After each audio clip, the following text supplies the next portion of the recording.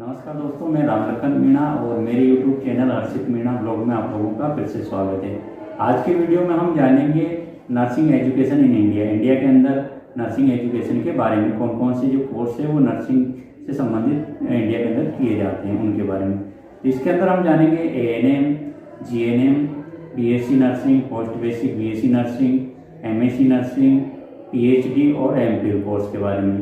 तो इसमें हम जानेंगे कि ये जो कोर्स होते हैं वो कौन कर सकता है, इसके लिए क्या क्या एलिजिबिलिटी होनी चाहिए और ये कितने टाइम का होता है, कितना टाइम ड्यूरेशन जानेंगे और इनको कौन कौन कर सकता है और करने के बाद में उनकी कहाँ पर जॉब लग सकती है, इसके बारे में आज की वीडियो में हम जानेंगे। अब हम एक एक करके जानेंगे नर्सिंग फील्ड में होने वाले कोर्स के बारे में। सबसे पहले रहेगा ANM कोर्स। इसे हम कहेंगे ऑक्सिलरी नर्सिंग एंड मिडवाइफरी, और ये सिर्फ महिलाओं के लिए होता है और इसको करने के लिए 12th पास होना चाहिए किसी भी स्ट्रीम में, वो साइंस या आर्ट्स मैथ किसी भी सब्जेक्ट में 12th पास हो इस कोर्स को कर सकता है। लेकिन शर्त ये है कि उसको फीमेल कैंडिडेट होना चाहिए, मेल कैंडिडेट इसमें एडमिशन नहीं ले सकता। और ये 2 साल का रहेगा और इसकी जो फीस है वो 1 लाख के करीब रहेगी। अलग अलग कॉलेजों में इसकी फ़ीस अलग अलग रहती है, ये लगभग 1 लाख रुपए रहेगी। और इसको करने के बाद में गवर्नमेंट जॉब मिल जाता है आसानी से। और जो काम करना रहता है वो रहता है इम्यूनाइजेशन का और MCH का काम करना रहता है। जो महिला हैं उनको सुरक्षित डिलीवरी करवाना, उनको हॉस्पिटल में एडमिट करवाना, ये उनका काम रहता है। और यदि कोई बीमारी है या जैसे खून की कमी है तो इनको ट्रीट करना रहता है। उनको इंजेक्शन या फोलिक एसिड की जो टेबलेट आती है, आयरन की टेबलेट, उनको कैल्शियम की टेबलेट ये प्रोवाइड करना रहता है। और जो एलिजिबल कपल रहते हैं तो उनको फैमिली प्लानिंग की जो जानकारी है वो देना रहता है। दूसरा कोर्स रहेगा GNM, जिसे हम कहेंगे जनरल नर्सिंग एंड मिडवाइफरी। और ये कोर्स है, ये 3.5 साल का होता है और इसको करने के लिए 12th पास होना चाहिए और जो परसेंटेज है वो 45% होना चाहिए उसके 12th में। और जो एज है वो मिनिमम 17 साल और मैक्सिमम जो एज है वो 35 साल होना चाहिए।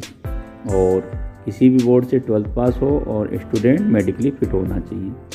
इसकी जो कॉलेज की फ़ीस है वो रहेगी 1.5 से 2 लाख रुपए के बीच में, और इसे मेल या फीमेल कैंडिडेट दोनों कर सकते हैं। और इसको करने के बाद में प्राइवेट या गवर्नमेंट सेक्टर में जॉब लग जाती है और स्टाफ नर्स के रूप में गवर्नमेंट जो सेक्टर है हॉस्पिटल से वहाँ पर ये कार्य कर सकता है। और जो सैलरी रहेगी वो रहेगी 50 से 70 हज़ार रुपये प्रति माह। जो GNM कोर्स रहेगा वो डिप्लोमा कोर्स रहेगा। अब हम जानेंगे BSc नर्सिंग के बारे में। ये डिग्री कोर्स रहेगा और इसको करने के लिए जो एज है वो मिनिमम 17 साल होनी चाहिए और जो मैक्सिमम वो 35 साल की एज होना चाहिए। और ये 4 साल का रहेगा और इसको करने के लिए 12th पास होना चाहिए और जो परसेंटेज है वो 45% उसके मार्क्स होने चाहिए। लेकिन इसके लिए जो 12th है वो साइंस सब्जेक्ट में पास होना चाहिए। उसके 12th में उसके जो बायोलॉजी, केमिस्ट्री और फिजिक्स ये सब्जेक्ट होना चाहिए और स्टूडेंट को मेडिकली फिट होना चाहिए। इसको मेल फीमेल दोनों कैंडिडेट कर सकते हैं और इसको करने के बाद में गवर्नमेंट सेक्टर में और प्राइवेट सेक्टर में जॉब लग सकता है। आप प्राइवेट नर्सिंग कॉलेज में ट्यूटरशिप कर सकते हैं और गवर्नमेंट सेक्टर में एज ए स्टाफ नर्स आप काम कर सकते हैं। इसमें सैलरी रहेगी वो रहेगी 50 से 70 हज़ार रुपये प्रति माह और ये 4 साल का कोर्स रहता है। और ऐसे स्टूडेंट जो मेडिकली फिट है वो इस कोर्स को कर सकते हैं। और जो इसकी फ़ीस है करने की वो रहेगी 4 लाख के करीब। तो 3 से 4 लाख रुपए में ये कोर्स आसानी से 4 साल में हो जाता है। अब अगला कोर्स रहेगा पोस्ट बेसिक BSc नर्सिंग।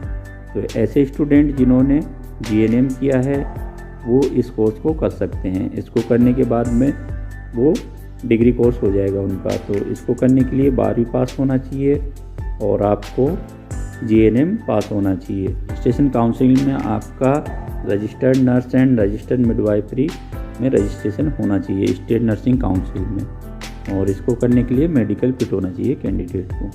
अब हम जानेंगे मास्टर कोर्स। ये रहेगा हमारा MSc नर्सिंग और इसको करने के लिए आपको पोस्ट बेसिक BSc नर्सिंग या BSc नर्सिंग पास होना चाहिए। और BSc नर्सिंग या पोस्ट बेसिक BSc नर्सिंग में आपके 55% मार्क्स होने चाहिए।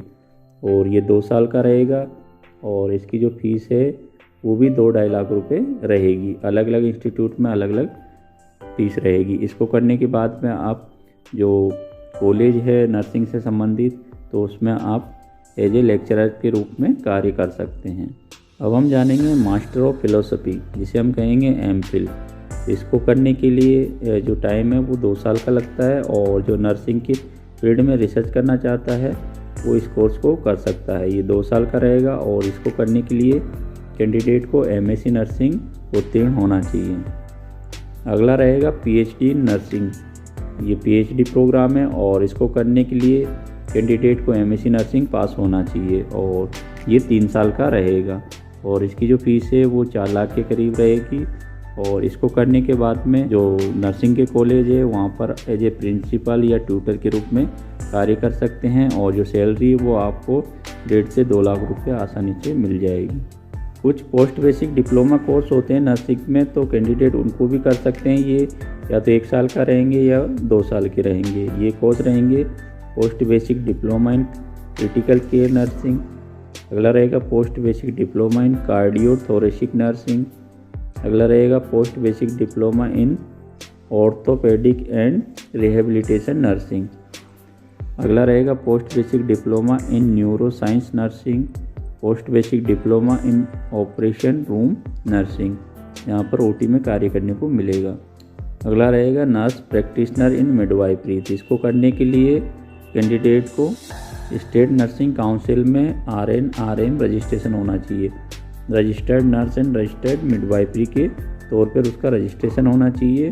कम से कम 1 साल का as a staff nurse experience होना चाहिए, तो वो इस कोर्स को कर सकते हैं। ये डिप्लोमा कोर्स रहते हैं। तो ऐसे कैंडिडेट जो मेडिकली फिट है और उसका जो रजिस्ट्रेशन है वो registered nurse and registered midwifery state nursing council में रजिस्ट्रेशन है, तो ये कोर्स कर सकते हैं।